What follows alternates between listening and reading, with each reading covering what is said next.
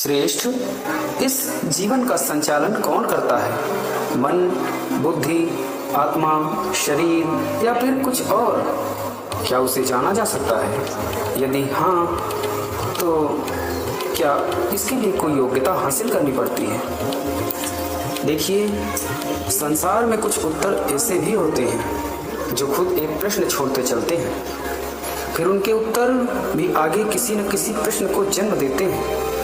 यह प्रक्रिया चलती रहती है। खुद ही सोचिए, क्या आपका शरीर आपके जीवन को चलाता है, या फिर मन, बुद्धि या फिर कुछ और? या केवल इनसे ही आपके जीवन का संचालन हो सकता है? क्या यह अपने आप में पूर्ण है? जवाब है नहीं।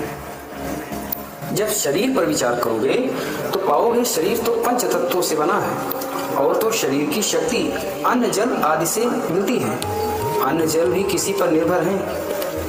अन्न का एक कारण तो जल स्वयं है, क्योंकि जल के बिना अन्न उपजाना संभव नहीं। परंतु जल की सत्ता तो सर्वथा है।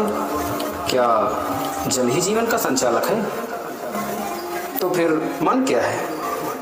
इसके बिना तो कोई भी जीवन अधूरा ही रहेगा। जब तक जीवन में भावात्मकता ना आए, तब तक जीवन का क्या मतलब? और यह भावमयता मन के बिना जीवन में ना आएगी। तो क्या मन जीवन का संचालक है? परंतु बिना आत्मा के मन का क्या अस्तित्व है? आत्मा तो जीवन दायिनी है। बिना आत्मा के क्या जीवन? तो क्या आत्मा जीवन का संचालन करती है?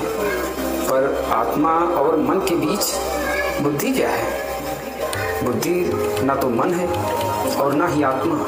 वह तो उनके संयोजन से विकसित एक मानसिक श्रेष्ठता है, जिसका जीवन संचालन से कुछ अधिक लेना देना नहीं है, किंतु इसके अनुरूप जीवन प्रभावित जरूर होता है।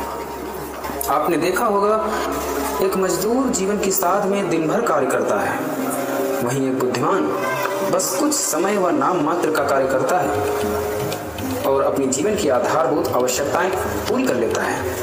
अब आपके विचार एक जगह जाकर ठहर चुके होंगे।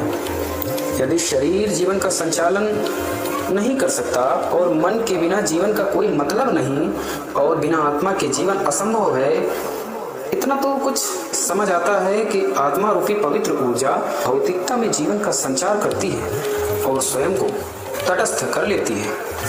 तात्पर्य यह है कि पेड़ों की जड़ों में पानी तो पहुंच जाता है, पर उसका उपयोग वृक्ष पर निर्भर है। वह पानी के प्रति कृतज्ञ रहे या नहीं, पर पानी अपने काम से पीछे नहीं हटता। वह पेड़ में जान डालता है। ठीक ऐसे ही आत्मा शरीर को मात्र जीवन देती है। क्या कभी आपका हाथ चाकू से कटा है? क्या विषुवत के निकट अधिक गर्मी और ध्रुवों के निकट अधिक सर्दी का अनुभव हुआ है? क्या यह जीवन का अंग है? ये वो बाह्य कारक हैं जो आपके जीवन को प्रभावित करते हैं। तात्पर्य यह है कि आपकी परिस्थितियां आपके जीवन को प्रभावित करती हैं, आपकी प्रकृति आपके जीवन को प्रभावित करती है। परंतु क्या परिस्थितियां जीवन का संचालन करती हैं? जवाब है करती होंगी, परंतु वास्तव में नहीं, क्योंकि जीवन का संचालन जीवन स्वयं करता है। हाँ, आपका जीवन स्वयं करता है। प्रति क्षण जीवन बदलता है और एक क्षण अगले क्षण की रूपरेखा तय करता है, स्थितियां निर्धारित करता है कि अब आगे ये हो सकता है या ये होगा। आइए समझते हैं, आपकी उंगली चाकू से कटी, यह पूर्व में निर्धारित हो चुका था। जब आपने चाकू हाथ में लिया, यह क्रिया बहुत पहले की होगी। बीच में करोड़ों अनगिनत क्षण बीते। चाकू हाथ में लेते ही कई स्थितियां तय हो जाती हैं। आप अपने लक्ष्य पर कार्य कर सकते हैं, या आप किसी के चाकू हो भी सकते हैं, या आप स्वयं उससे घायल हो सकते हैं इत्यादि।